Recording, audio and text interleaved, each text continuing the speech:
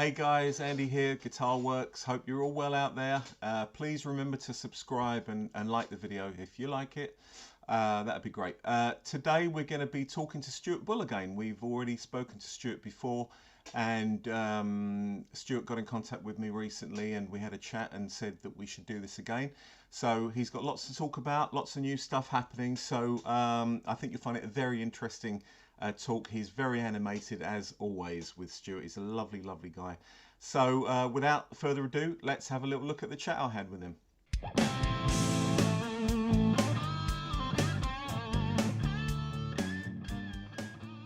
Welcome again, Stuart Bull. How are you, buddy? Andy, I'm doing great. For someone who's been locked away for the last 2 or 3 months, I'm in Tenerife right now. So it's not been too bad, apart from the fact that, like, these days, you know what I've noticed lately? People have stopped sneezing. Oh, right. I'm not joking. Like, I haven't seen or heard anyone sneeze in months, and I'm pretty sure it's because, like,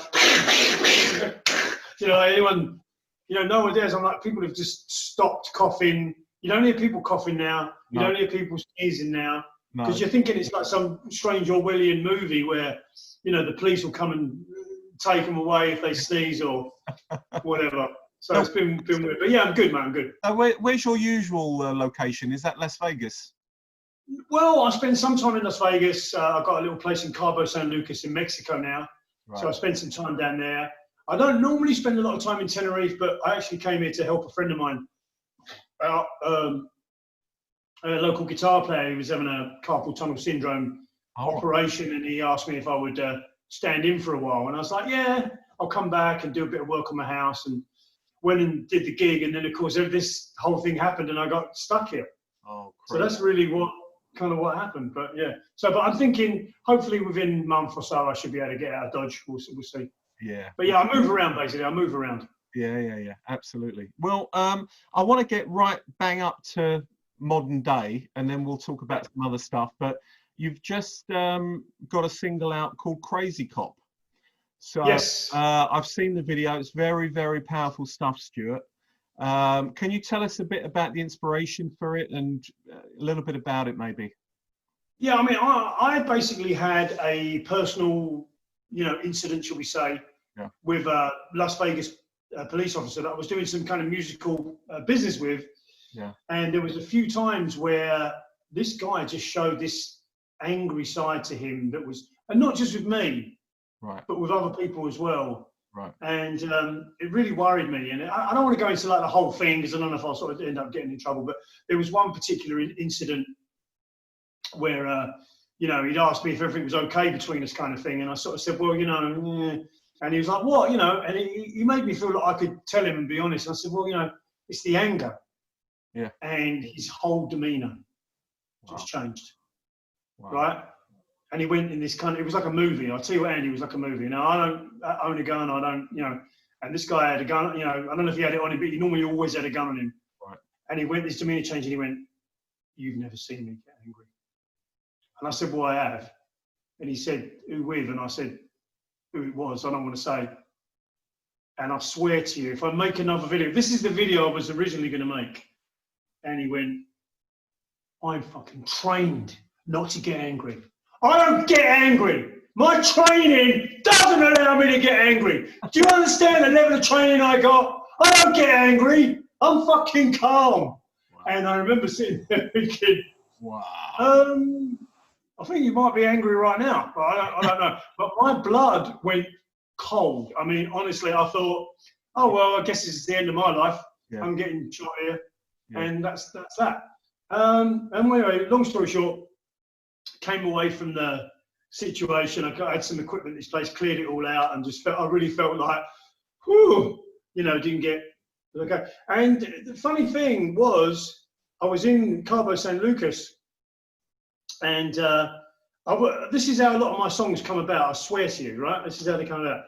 And I was just there one day for no reason, and he popped into my head, and I went, "Crazy Cop, you're motherfucking nuts here." And I thought, oh my God, that's a good line. Yeah. So really and truthfully, when I write songs, I don't go like, well, 4 bars of anger and 3 bars of depression, and right. I just write it, and I sort of go, and I just wrote it how it kind of happened, you know. And at the time, it was like just a bit of fun, really. Didn't think about it too much, and it was a little bit of healing process for me as well. And that was it. I recorded it along with my friend Martin Howes. We worked together. He does all the nice string arrangements, and he does helps with the production. He's brilliant, you know. Does all the mixing and the keyboards and stuff. And anyway, so we recorded it as a sort of little EP type of thing with a bunch of other comedy songs that I'd done. And then I really kind of stored it away like I do with a lot of my material, because no one really knows what to do with their songs these days, do they? Right, yeah. You know? Yeah. Even if you write something that's completely politically correct, you're like, well, do I spend a bunch of money putting it on? You know, probably not going to sell any. Anyway, so I put it away, sort of there for my own amusement. That's my kind of like, some people play golf, you know, whatever. I record music. That's what I spend my disposable income on, writing and recording music.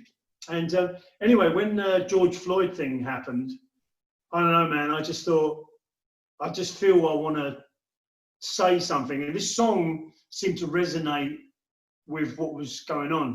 And so I phoned Martin Howes, he's a good friend of mine. Don't shoot him just because he's my mate. Right, just shoot me. And I said, yeah, what do you think? And he was like very supportive. He went, yeah. And then also I just started to work with a couple of Canadian guys helping me out with a bit of management and stuff, and a bit of lick library stuff. And I said, look, you know, I've got this idea for a video. We could just download some police brutality and blah, blah, blah. And then they threw in some ideas. They put the Martin Luther King thing on the end. And that was it. And we put it out. And the odd part about it, it's had very, very positive reactions, actually.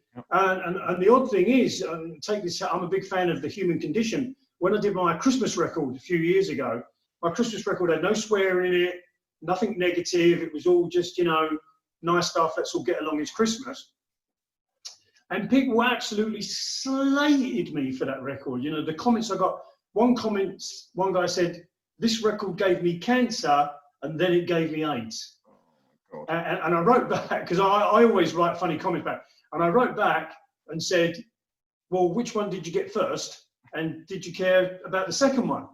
You know, and he actually ended up apologising. He said, oh, you know, sorry, Stuart, everybody was giving you a kicking and I just wanted to join in. Yeah. I think your audio's gone off, Andy. Right? Is it?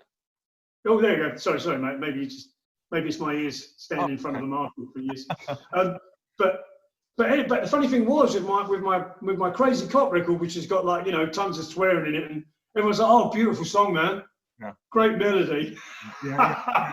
And I'm grateful for that. But I was like, so the Christmas song. Yeah. You know, but this one, so I don't know, man. Anyway, so that was the thing. We basically did the video, or the guys did the video over a period of last weekend just gone. And, you know, they sent it to me, a couple of versions. I made a couple of, you know, little idea changes. And that's it. We just sort of went for it. I put it on Bandcamp. You can find it on Bandcamp. But it wasn't like I expected to sell any or anything. And I'm not anti-police. I want that to be known. But I think there's obviously a discussion that needs to be had. Yeah. I think it's raising questions, isn't it? You know, which needs to be raised at the moment. And it's based on your personal experience. So, you know, I think it's bloody relevant, mate, you know? Yeah, I mean, that was it. And I think, you know, I feel bad. Like, say, for example, if you're a police officer who gets into the police force for the right reasons, you want to be a good guy and you want to help. I think if you know someone who's bad, that must be the worst thing in the world, because you can't say anything, because if you do, you'll be known as a grass. Yeah. Say in England, a telltale. So you really, you know, it's not a job I think I could do myself. I don't think I'm mentally stable enough to do it. Oh, no, me neither. So it's tricky anyway. So that was it. It was just my thing. I mean, I'm not telling people to go out and say negative things about the police or whatever. But, you know, as I was saying, I just wanted to add one little thing. It's like, I mean, I'm a fan of Boris Johnson. I am, you know, I like him. But when you're saying, well, police have got to do their job.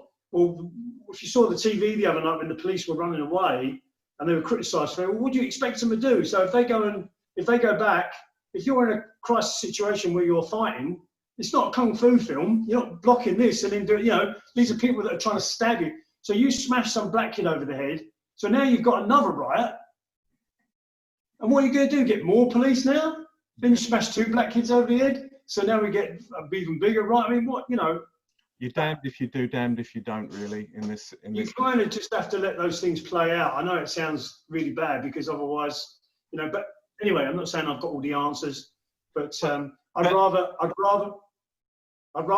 my protest is about what personally happened to me, and I wrote a song, right? So that's my way of dealing with it. I would rather, and I've got nothing against peaceful protesting, but the only thing I would ever say to anybody who's protesting, always remember that people are going to use that for their own agenda, and good chance your peaceful process could end up not peaceful, not because because of somebody else. Absolutely. So you also recently, and thanks for sharing that with us, Stuart, by the way. That was, thank you, Andy. You've got an old album that you've just re-released on Bandcamp. Can you tell us a bit about that? Yeah, probably 10 years or so ago, I did an album called Smell the Love, which, again, I don't know what people thought, but it's just a play on words of Smell the Glove from Spinal Tap, of which I'm a big fan. Yeah. I'm starting to realise that people don't think like me. Maybe I should have realised that a few years ago. But anyways, and it was basically a collection of instrumentals and songs I'd had over the years. And I actually thought to myself a few years ago, you know, I'd really like to do an album so that at least I've got those things kind of documented. Yeah. And I did it, you know, at the time, and you know, I sold a few and blah, blah, blah, blah, blah. But recently I was thinking about putting some other music out that I've been working on. And I was looking at, should I do TuneCore, should I do DistroKid, should I do this, should I do that? And I thought to myself, you know what, Bandcamp is really good. It's like having your own little record store. Mm. And instead of spending your, you know, and you can spend your money promoting Bandcamp and getting people to that instead of going on iTunes and getting mixed in with like a zillion other people, which I'm sure is good for Jay-Z and other big artists. Right. But I'm not saying I won't do it in the future, but that seemed to be the way that I wanted to go for now. And so I thought, I'll put Smell the Love up there. So I redid the artwork, just made it a funny artwork. It literally took me 5 minutes, that artwork. Yeah. And that was it. And but I made the mistake, I put my first solo album, meaning the first one I'd done, and I think people were taking that as being like my first one ever. Yeah. I got caught out on that, and you put me straight on that before the interview. Well, I should have put myself straight, to be honest, because it was I didn't think you could call it one of my best things and worst things about me is I don't really think. You know, if I get an idea, I just do it. I do. If I've got a mind to do something, I just do it. You just do it. And what about what's coming up for you in the future? You got any projects that you're working on now? Yeah, I've got a few. I've done this probably been over the last 2 years. I've done a actually blues rock album. Okay. Which again, a collection of songs, all with meanings, you know, written about things that have happened to me and people. And that is actually mixed, apart from maybe 1 or 2 tracks, it's mixed and ready to go. And I'll be putting that on Bandcamp at some point. And then, you know, basically, I'm just trying to get all my music on Bandcamp before I get shot by the police. That's really my sort of goal. Especially when I get back to the States. And no, anyway, so I was going to say I'm joking, but I'm not sure I am. But anyway, so I've got that, the blues rock thing.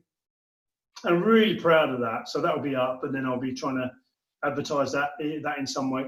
And I've also got a band as a saxophone player called Phil Todd, who's like, if you know anything about saxophone or session playing, this guy's an absolute legend. Wow. And he's amazing jazz and fusion saxophone player. We're both big fans of Alan Holdsworth.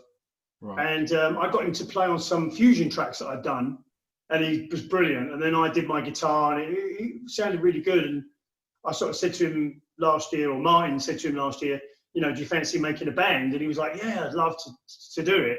So we decided to do some more tracks. He wrote a couple of tracks, which we're working on right now. And the band's called Apex. And so just as we were ready to start going to agents and be like, hey, you know, and then the pandemic came. And so we're just finishing off that album.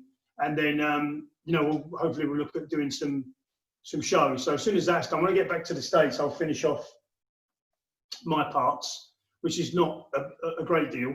Right. And then that album will be done, and that'll be probably the next release. And I've also got a backing track album that I've just released on Bandcamp called Late Night Pentatonics, and basically it's sort of some smooth jazz-ish, almost like ambient electronic actually, tracks where you modulate from one key to another. And the idea is that, say for example, you've got a track that goes from A minor for 4 bars to D flat minor for 4 bars.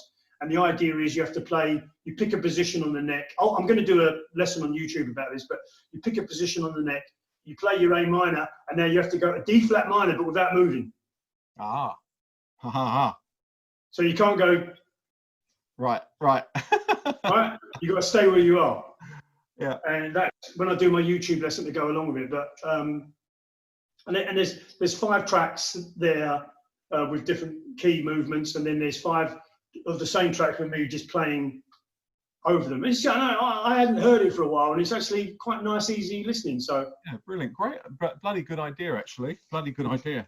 I think that's where a lot of people, you're quite right, we automatically just go to the root note and do our stuff, but actually to practice not changing position and playing appropriate stuff in a key change, I think is a bloody good idea. Yeah, if I was going to learn again, and Tom Quayle does a good lesson on this, I'm not exactly sure where you'll find it, but he talks about it with, it's an interview with Pete Thorne, and he talks about, I learned positionally, right, because I didn't know any better then.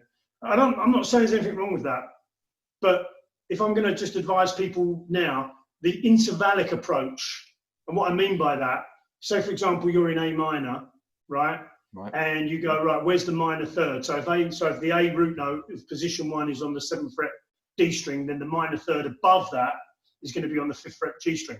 Right.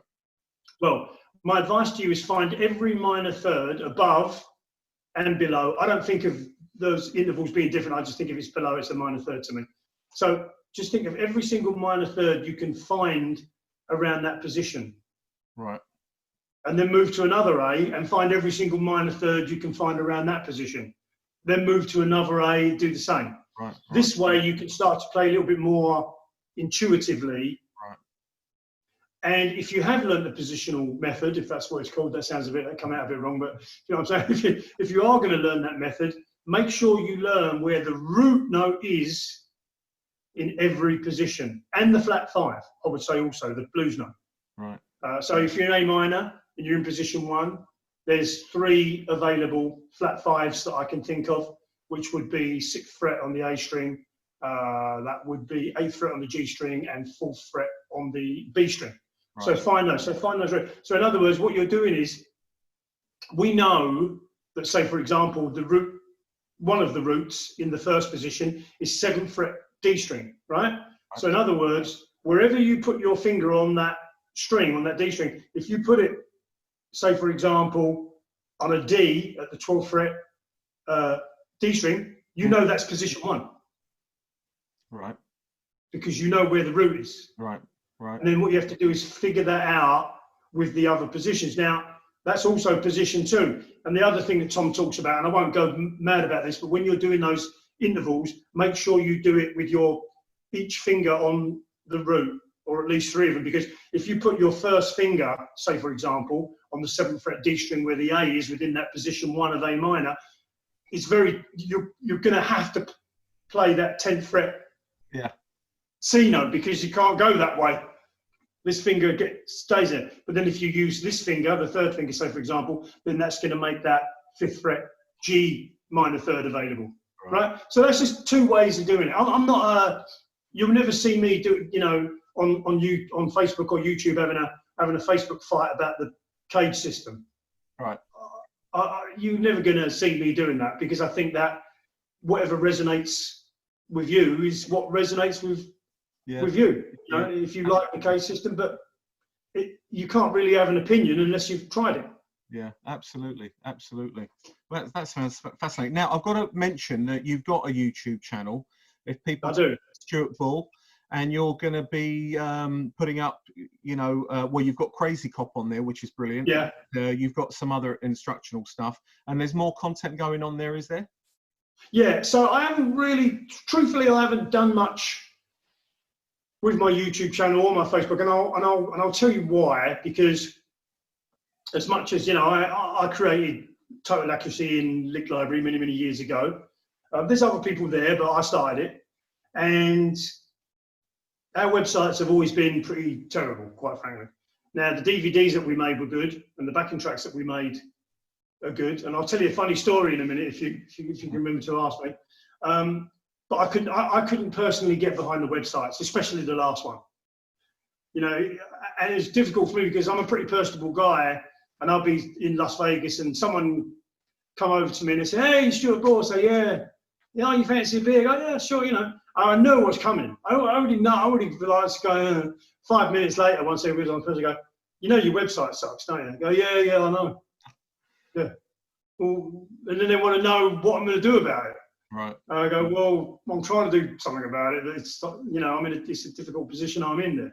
So, you know, but anyways, that's why I didn't do any promotion on myself for years, because I knew that if people knew me, they'd know Lick Library.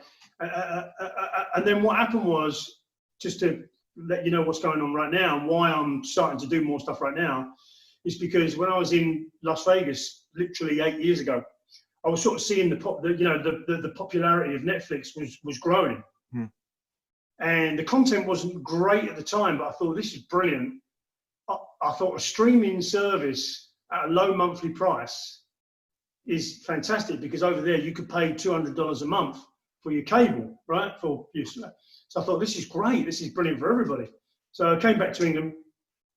So, right, this is the way we've got to go. Got to do this thing. Met resistance, but kept on about it. And eventually, you know, Lick Library, myself, you know, managed to get it going. We found a company called Innovate in Chelmsford. A guy called Dan Legresley actually found the company, and he was the guy that did the initial sort of thing. And so we started to build this Netflix-style site. Right. And it's out now, and it works, and it's great. It's got all the classic Lick Library stuff that you like, with new stuff to come. So I sort of felt it was time to come out of the closet. I know that sounds weird, but that's what I felt. I thought, now I can stand behind this thing. I can go out. I can do interviews. I can tell everybody it's great, and I can tell people hand on heart that you should sign up. It's a 30-day free trial. Yep. And, you know, it's great, and it works. So, you know, I'm very happy that we finally got there. And for me, it's really like an emotional thing. I don't think anybody at Lick Library or anyone would really understand this. But when I very first started off, I was at, you know, I know I'm dropping a name here, but I'm friends with Steve Harris from Iron Maiden. He's a good buddy of mine.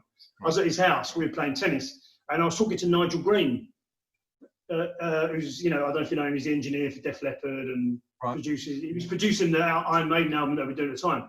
Right. And he said to me, "Hey, Stuart, you know, this was in the early 90s. He said, what do you think about the internet?" And I was like, "What's that?" I thought we were talking about a tennis thing, into the net or something.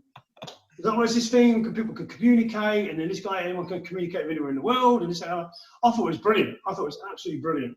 Came back to the Lick Library, won't go into the meeting, but anyway, eventually managed to convince people. But at that time, I knew that I could have a vision of having a worldwide tuition company where anyone in the world, and I don't want people to nick it, but I wasn't even bothered if people nicked it. I'm like, if some kid in Africa can get this, brilliant, you know. So I had this vision. Little did I know it was going to take 25 to 30 years for it to be a reality. Wow. But it is, and I realised that when, after all the moaning and bitching and arguments, and God knows what I've had at that place with certain people, the other day I sort of thought, you know what, Stuart, you should be grateful for this, because you got what you wanted. Yep. This is what you set out to get, and you got it. Yep. And you should take a little bit of time to be grateful to God for what you got, because you got it. Yes, it didn't happen in exactly the way you wanted it to.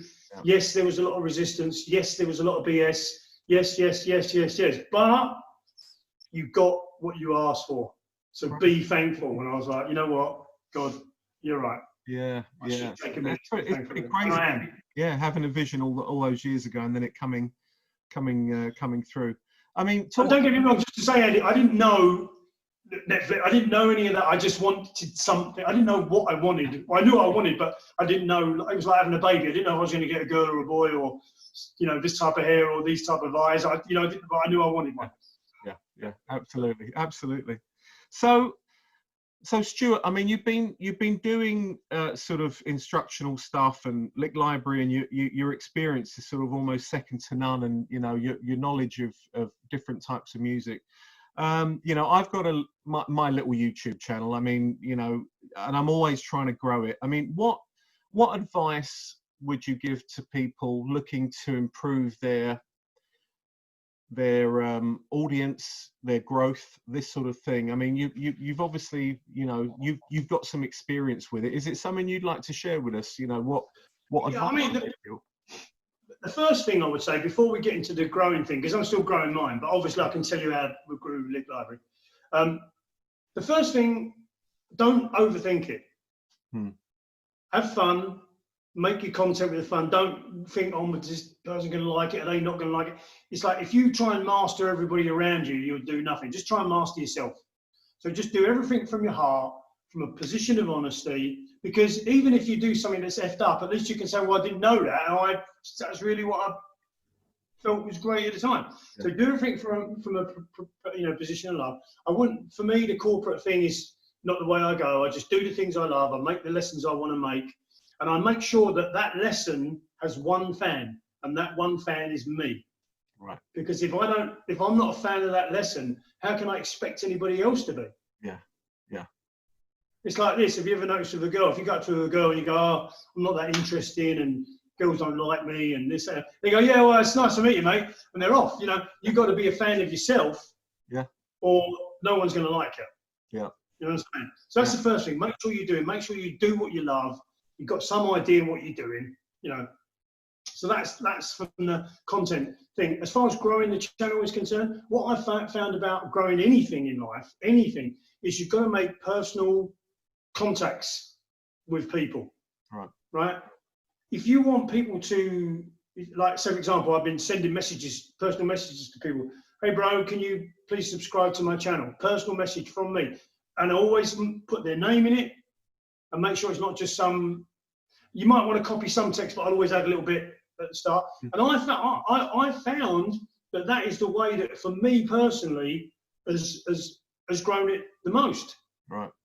By just personally asking people to subscribe to the channel. Yep. And I find that if you actually ask somebody for help, or, whichever way you want to look at it, I always find that's the best response. I tend to think that human beings, for the most part, are pretty good if they're given a chance to be. Yeah, absolutely. You ask somebody if you can have some help, and people generally say yes, right? Yeah, that's what I think. Yeah. But but if they don't ask you, then you don't know. And a lot of people think, you might have some girl that absolutely thinks you're the best thing in the world, but she ain't going to ask you out on a date. I mean, maybe she will, but for the most part, and I know women that have said to me, oh my God, I've shown this guy just about every sign I can think of, and he still won't ask me out. Well, what's the logical answer? Ask him out, but they just don't do that. It's just not in human nature. People prefer to be asked. So you just got to make those personal requests. And the more personal connections you can make. I think in business, especially my experience with Lick Library, you pay two ways. You pay with money, or you pay with your time.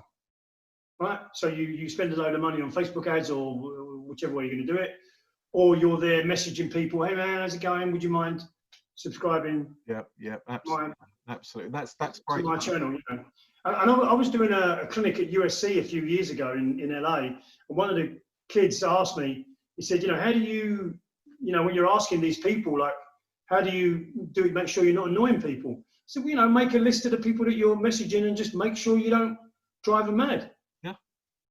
You know what I mean? I dated this girl, and I'm talking about because I watch a lot of Coach Corey Wayne. Everyone should watch Coach Corey Wayne.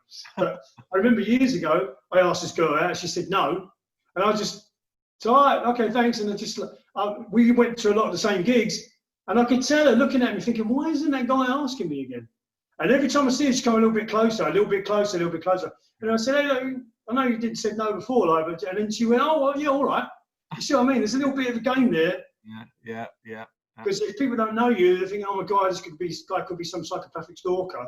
But once people realise you're cool and you're not going to drive them mad, generally they'll respond to your requests. I think. You know what, Stuart? I think the jewel you've given us right now is do something that you personally want to do and enjoy. 100%. You know, I think that is absolutely true, and I know I've been prone to it before. I've done a video on my channel about something, and I've done it half-hearted, and I've felt it, and I've looked at the views, and they weren't stunning, and actually love what you do. I think that's great advice. Great advice. And without going too far down the rabbit hole, you know, I'm not some sort of new age hippie or anything like that, but I really do believe in energy, right? And the fact of the matter is, if you say, for example, you look at a sweet picking video, right? And sweet picking is not really a thing, but a guy gets 1 million hits. You go, oh, I don't really like sweet picking, but I'll make a video. People will feel that that's not honest. Yeah. They will. And they won't even know why they're clicking away from you. They just go, there's just something about that that just don't feel right. Yeah. And then they'll click you off. Yeah. So, but if they can tell, you know, you're doing something that you really like, phrasing for me is like massive. It's like, to me, is years ago I got the melodic phrasing video by Scott Henderson, and it was like a massive light bulb came. I mean, honestly, wow. That and the Larry Carlton video, they were like 2 huge light bulb moments for me. And the fact is, like, after that, I thought phrasing, that was what I would tell people. But you can tell that when I talk about it, I'm enthusiastic, I love it, I want to get that knowledge over to you. Yeah. You know, and people feel that. I know I'm getting into a bit of a spinal tap thing here, but people do feel that. And then I think they're more likely to be engaged in what you're saying, because if you believe it, they're going to believe it. Your phrasing is beautiful, Stuart, by the way. We'll get that video. Yeah, brilliant. Yeah, absolutely. I mean, people won't know about this, but I mean, on your Facebook page, I don't know if you let people who don't know you be your friend, but you post some videos of you just noodling and playing some stuff, and it's just a joy to watch your phrasing, and just with some simple stuff or more elegant stuff, your phrasing is just spot on, mate. Absolutely spot on. That is the thing I've really worked on. I'm not sure if I believe in talent. A lot of people I knew when I was a kid who had talent are now working in Barclays or whatever. So I don't know if I believe in talent, but I always had rhythm. That's one thing. Like, I'll always be tapping my foot all the time. Yeah. Well, and I also play. You play drums, right? I played drums, and I was very lucky to have, you know, Bob Armstrong. He's no longer with us, unfortunately, but fantastic teacher. Yeah. And I was always into rhythm and odd grouping, but to be honest, once I started playing guitar, I didn't really transfer that stuff over until I saw that Scott Henderson video. When I saw that, I went, oh my God. And I was like, I already know a bunch of this stuff. I can tell you how it started, if you're interested. Yes. My real love of phrasing and timing started many years ago. I was at a music show at Alexandra Palace. And there was a band, I think they were playing outside. And there was this drummer. I remember he had this really wicked curly hair. And I know you might not be able to hear this, but and he was playing this groove, and he did this fill, right, and it went like this, back and do, back and do, back and do, back and do, back and do, back and do, bow. And what it was, I didn't know at the time, and I was like, literally, because I used to do this to people, I would literally just chase them down and make them tell me stuff. I've done it to Simon Phillips. He still talks about it to this day. I'm not joking, right? And that's another story. But he said when he realised it was me, like, when we sort of became half friends later on, he was like, I fucking told it. Sorry. He's like, I told everyone about that. He goes, I told Mick Jagger about that. I told everybody about that thing that happened. It's maybe a story for another time. But anyway, I traced this stuff died down. I was like, oh my God, what was that feel? Like, what was that? It was brilliant. I absolutely loved it. Yeah. And it was actually triplets in groups of 4. Right. So it's like dugga, dugga, dugga, dugga, but instead of playing, it was. Right. What he'd done was he was doing 2 on the tom-tom and 2 on the bass drum. It was triplets in groups. And that lit me up, that dude. I was like, no more duff guff for me. I'm on this new regime journey of phrasing. So I actually realised when I started playing guitar, that I could bring all that stuff over. Yeah, yeah. And then I saw the Scott Henderson thing, and I was like, oh my God, I already know a bunch of this. Yeah. You know, all I've got to do is, and the other one, the other one, which was I already was quite deep into this, but the other one that absolutely blew my mind was Simon Phillips. So we're at this Frankfurt show years ago in Frankfurt. Simon was doing I think it was a trio. There was him. I'm trying to think of the guitar. Ray Parker, guitar player. Can't remember his name bass. So he's doing his solo, and between the octobans and the bass drums, he was going biggity, biggity, biggity, biggity, biggity, biggity, biggity, biggity, which without a quarter note, you think it's just triplets. Yeah. But what he's actually doing in his mind, he was going, which is 16th notes in groups of 3. Wow. So what you've got now is a straight group, but you don't know that because you can't hear the quarter note. Right. What you're hearing is biggity, biggity, biggity, biggity, which sounds like triplets, right? Right. So he's doing this, and I'm thinking to myself, no moments coming on. Like, what are you doing? You know? But he did it long enough to kind of almost trick you. And then he goes, God, oh my God, it just blew my mind. You know, you get that moment where you sort of like, it blew my mind. It absolutely blew my mind. I immediately realised 16th notes in groups of 3. How did I not spot that? Yeah. But that was another real pivotal moment for me where I started to realise what you could do with timings and different groupings and putting things against things. If you hear my playing, I do a lot of groups of 5s, a lot of 7s, 9s, right? Yeah, stuff like that. So it's really those few things I've sort of mentioned. Well, I think that you've got a unique perspective on the guitar because of your drumming background, and you know, rhythm is such a big part of playing a good guitar part, whether it be rhythm or soloing. If your timing sucks, then your timing sucks, you know. So you've got one up on us, you know, with the drumming. And for me, the timing thing, like I saw a friend of mine on, I won't say who it is, but a friend of mine on Facebook put that yesterday, and I goes, oh, I've got this musical block, blah, blah, blah. I never get musical blocks, ever. And I'll tell you what, I can't say to you that every single song I write will be brilliant. I can't say, but I never get a block. And I'll tell you exactly why. Because I can look at anything and say, there's a chair. I go, there's a chair. There's a chair. There's a chair. Now I've got down. Now that's already a pretty good riff. Yeah. In fact, hold on. No, yeah. So that's. Do you see what I'm saying? I've already nicked it. Right down. You know, just from saying there's a chair. There's a chair. Yeah. Absolutely. Yeah. And then I might want to open out the bridge and go, next to it, there is a table. You know, I will just start some. And I swear to you, when I go in America, I'm driving my car. I'll see Walmart, and I'll be Walmart, Walmart, I'll go to Walmart, everybody go to Walmart, and I'll just start picking stupid stuff, whatever it might be. Out of the air there, yeah. Because it's all there, it's all around you. And I mean, especially these days, there's a kid on YouTube, he looks like a kid, I don't know if he's a kid, but he looks like a kid. And he says, you know, I have to say, when it comes to melodies, and I do have a little bit of talent, they do fall out of my mouth now and again. But this kid says, you know, I've got no talent for songwriting, nothing like that. But what I did was I went and I learned how to do it. So what we'll do is we'll take a very simple chord progression based around functional harmony, where we'll have like A minor in the first bar, F7, say for example, in the final bar, and he'll put any chords he wants in the middle, and they're just techniques, and he writes really good stuff. And this is all done. Some people are like, well, man, you know, it's not like a thing, it's got to be like natural. And I say, BS to that. Who cares where it comes from? Something was just falling off the table there. Bloody hell. Sorry, I'm back. But, you know, who cares where it comes from? If you write a tune and I like that tune, I don't care if that was mathematic. I don't care if you did that from studying. Yep. I don't care if it just fell out your mouth. I just don't care. If I like it, I like it. Absolutely. And I don't get this whole YouTube thing where this guy's, I've learned from him.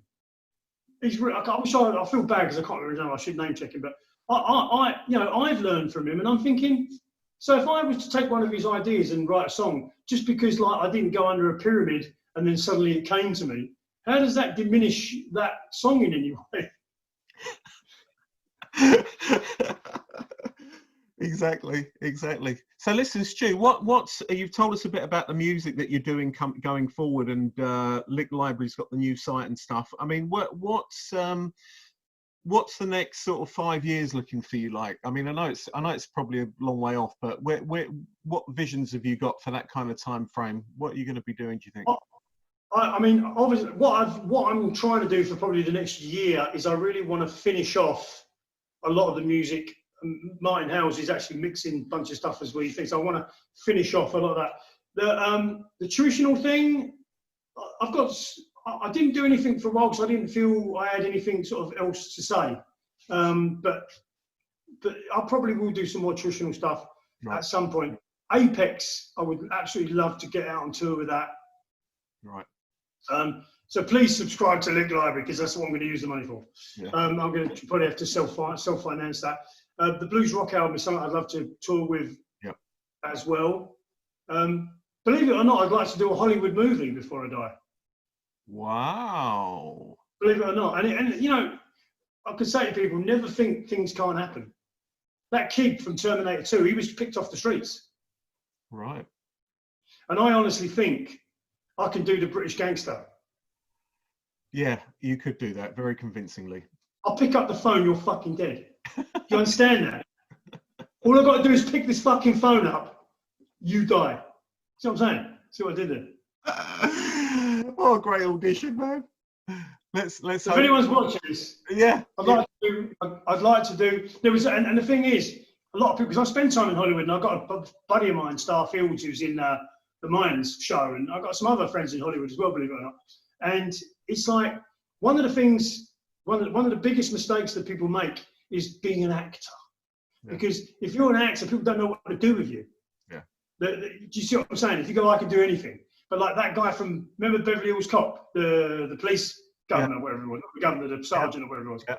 He was a real police sergeant. Was he really? Right? Yeah. And what he did was, this is how I heard the story anyway. And what he did was, he goes, right, what I do is an angry police officer. I don't do anything else. I don't do Shakespeare. I'm not going to be doing Hamlet anytime soon. What I do is I come in and I shout at people. Right. And they went, brilliant. And then when the Beverly Hills Cop thing come up, guess who they called? Perfect, yeah. You know, they're not going to call Sir John Gielgud, are they? Johnny, you really should calm down. That car you broke. Oh, it broke my heart. You know, they don't want that. They want a guy who's just going to come in and go, do the job. Yeah. Do that gig. And he does it. He's done it. Yeah. For him. Because he does it. Well, Stuart, I honestly, I don't think that was about the next 3 weeks, by the way. So do you want me to do the next 4 years and 9 months? No, I'm kidding. Well, I think that'll keep you busy, and I'm sure that if you put your mind to it, it'll probably happen, mate. You know, probably happen.